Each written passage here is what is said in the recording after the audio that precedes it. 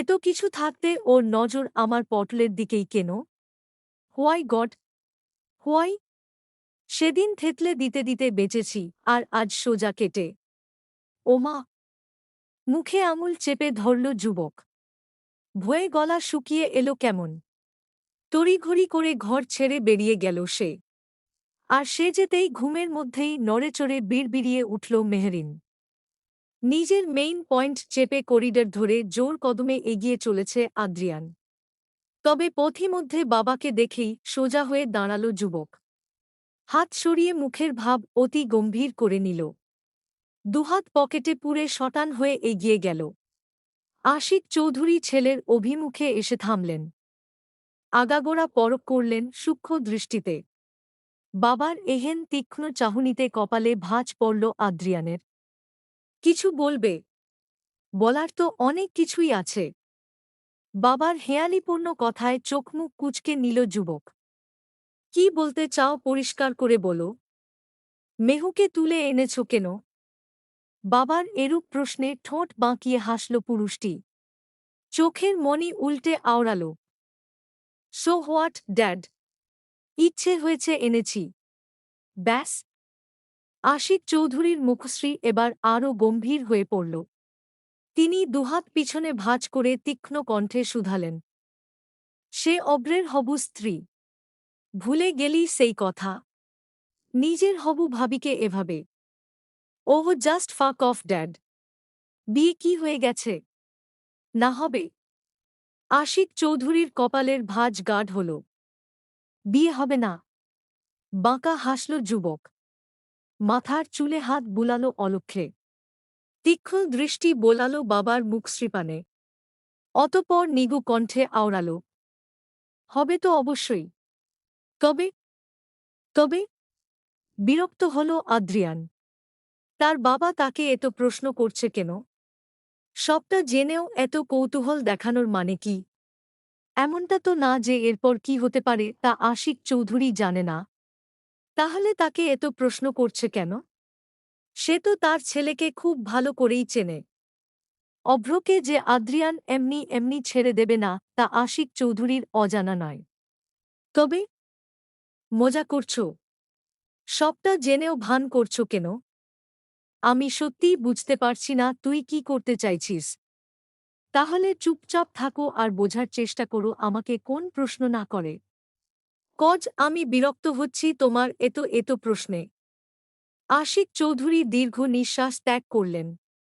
তিনি বুঝতে পারছেন এই ছেলে সহজে অভ্রকে ছাড়বে না। আর আদ্রিয়ানেরই বা কি দোষ?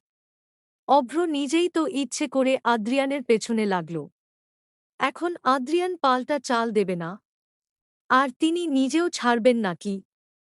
বোন নাজমা তালুকদার যদি আবারও তাদের জীবনে বিপর্যয় ঘটানোর চেষ্টা করেন তাহলে আদ্রিয়ান কেন? তিনি নিজেই তার প্রতিশোধ নিবেন। বিকেলের দিকে সাহেলা চৌধুরী মেহরিনকে ড্রাইভার দিয়ে বাড়ি পাঠিয়ে দিলেন। অবশ্য ও বাড়ি থাকালীন মেহরিনের খুব একটা খারাপ কাটেনি। ঘুম থেকে ওঠার পর সাহেলা চৌধুরী পুরোটা সময় তার সাথে নানান গল্প করেই কাটিয়েছেন। কি মিশুক মানুষ তিনি! মেহরিনের বেশ মনে ধরেছে মানুষটাকে। আসার সময়ও কত আদর করল। তখন অবশ্য আদ্রিয়ান ছিল না, তার সাথে দেখাও হয়নি। বাড়িতে ফিরেই মেহরিন ফ্রেশ হয়ে বিছানায় এসে বসল। মাগরিবের আয়নের সময় হয়ে এলো। সুফিয়া বেগম রাতের খাবারের প্রস্তুতি নিচ্ছেন। শিফার সাথে কথা হয়নি মেহরিনের শাওনের খবর নেই। মেহরিন বসা হতে উঠে দাঁড়াল। গুটি গুটি পায়ে এসে থামল শাওনের ঘরের সামনে। ওপাশ থেকে দরজা লক করা দেখে কপাল কুঁচকে নিল রমণী। একবার ধাক্কা দিলেও খুলল না দরজা। শাওন, কি রে? এসময় ঘরে কি করছিস? বাহিরে আয়। আর বলিস না। ছেলেটার যে কি হয়েছে আজ সকাল থেকে কে জানে। সারাদিন বাড়ি ছিল না। খানিক আগেই এসছে ঘরে, খিল আঁটকে বসে আছে, ডাকলাম সাড়া দিল না। রান্নাঘর হতে মায়ের চিন্তিত স্বরে কুঁচকানো কপাল আরও কুঁচকে গেল মেহরিনের। ঠিক বুঝে উঠতে পারল না ঘটনা। সকালে তার করা আচরণেই কি এমন করছে সে? নাকি অন্য ব্যাপার? মেহরিন আবারও দরজায় করাঘাত করল বেশ কয়েকবার। তবে যুবক দরজা খুলল না। শেষের দিকে বিরক্তিকর শ্বাস ফেলে বলল, কি রে, দরজা খুলবি না ভাঙব? কি হয়েছে বলবি প্লিজ?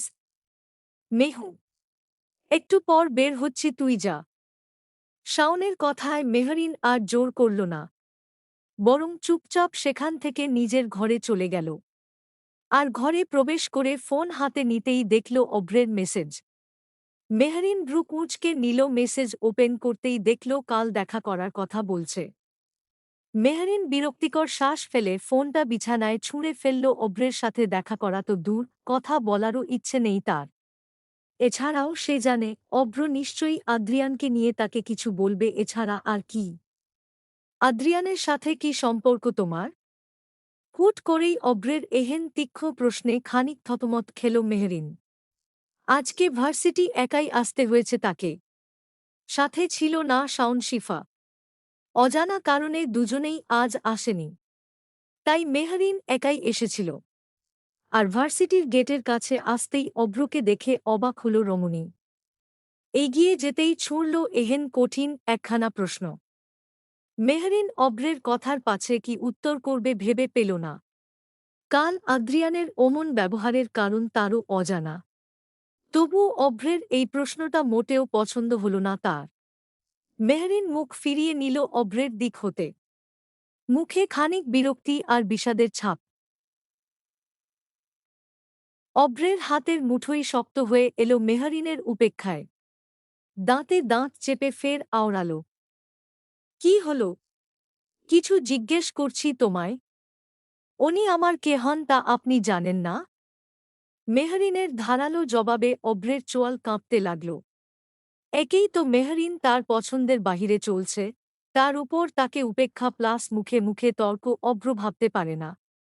তীব্র আক্রোশে ফেটে পড়ে ভেতরে ভেতরে।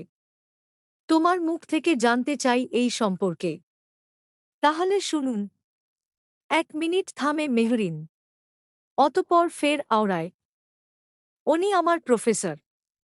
তাচ্ছিল্য হাসে অভ্র। প্রফেসর? বাহ, বেশ ভালো জোকস বলো তো। ভ্রু কুঁচকে গেল মেহরিনের। আশেপাশে সূক্ষ্ম দৃষ্টি বুলিয়ে আওড়াল, কি বলতে চাইছেন আপনি? বলতে চাইছি এটাই যে কোন প্রফেসর তার স্টুডেন্টকে কোলে করে তুলে নিজের সাথে নিয়ে যায়, তার উপর স্টুডেন্টের হবু স্বামীর সামনে থেকে। মজা পেয়েছ আমায়? হু, সেটা তো আপনার ভালো জানার কথা। ভাই না আপনার? মেহরিনের তীক্ষ্ণ স্বরে অভ্র খানিক থমকে গেল। মানে? মানেটা আপনি জানবেন ভালো। কি বলতে চাও? কি চলছে আপনাদের মধ্যে?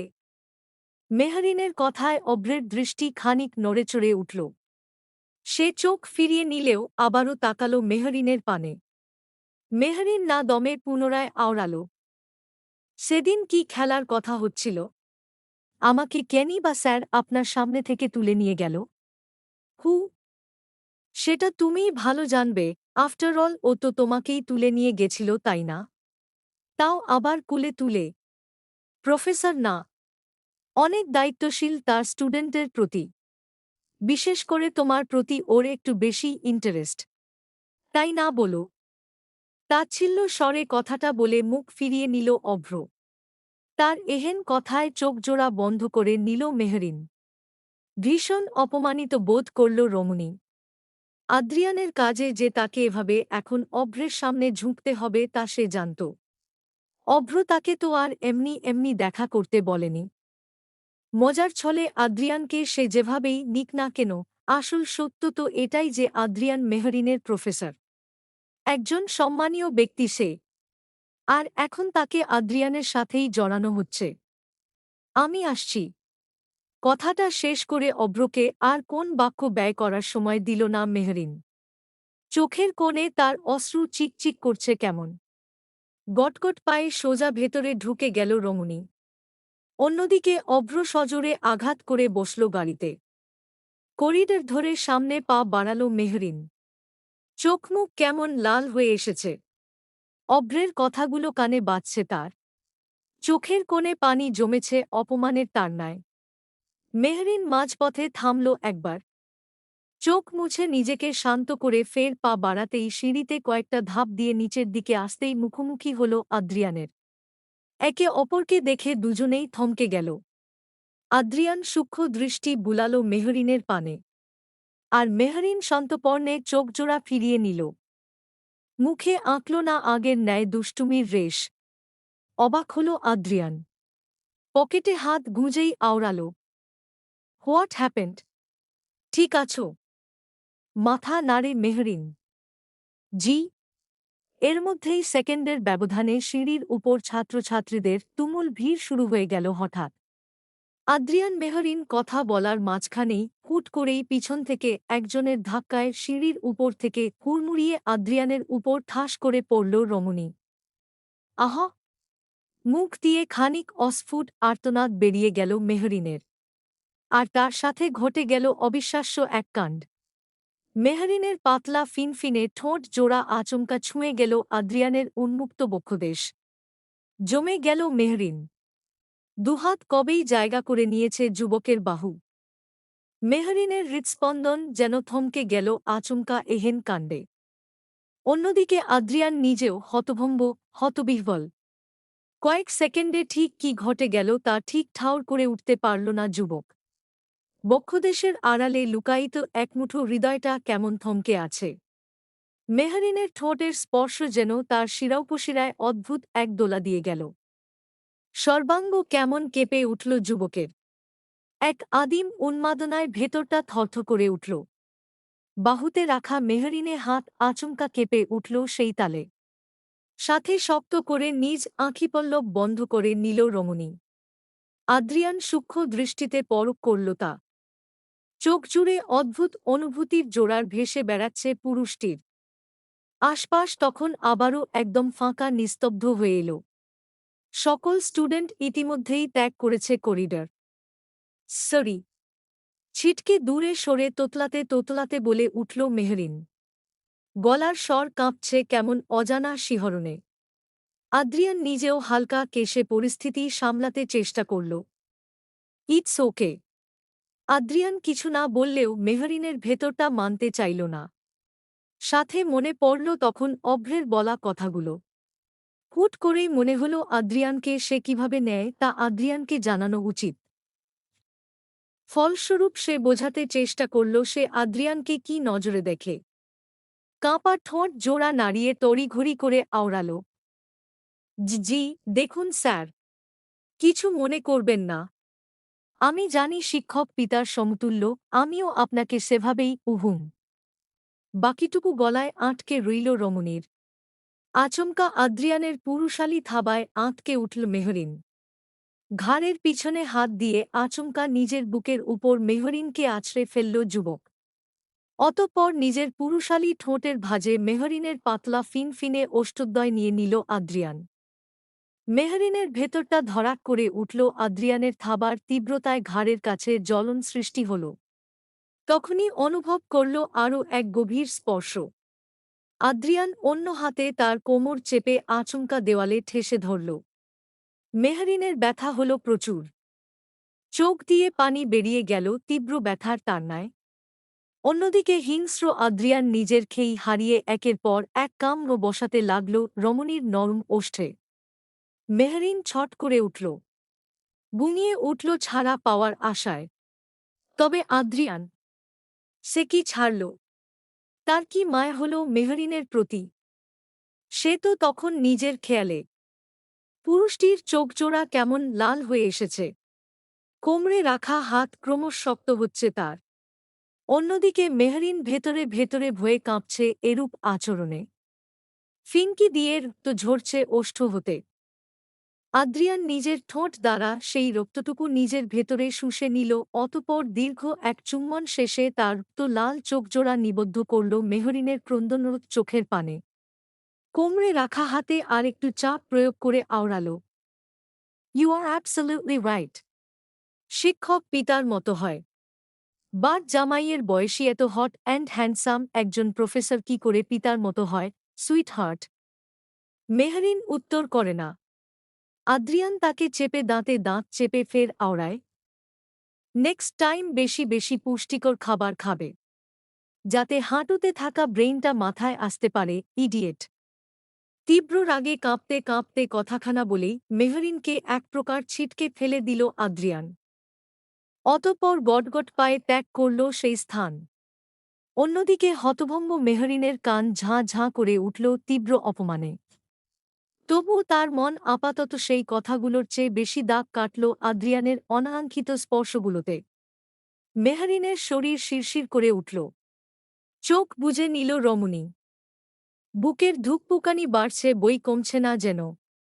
পুরুষটি যে আচমকা এহেন একটা কাণ্ড করে বসবে তা কল্পনাতীত মেহরিনের। রমণী কেমন ফ্যাল ফ্যাল দৃষ্টিতে আদ্রিয়ানের চলে যাওয়ার পানে তাকিয়ে রইল। চলবে। সুইটহার্ট। পর্ব ১৪। লেখনী মোনালিসা মেহরোজ।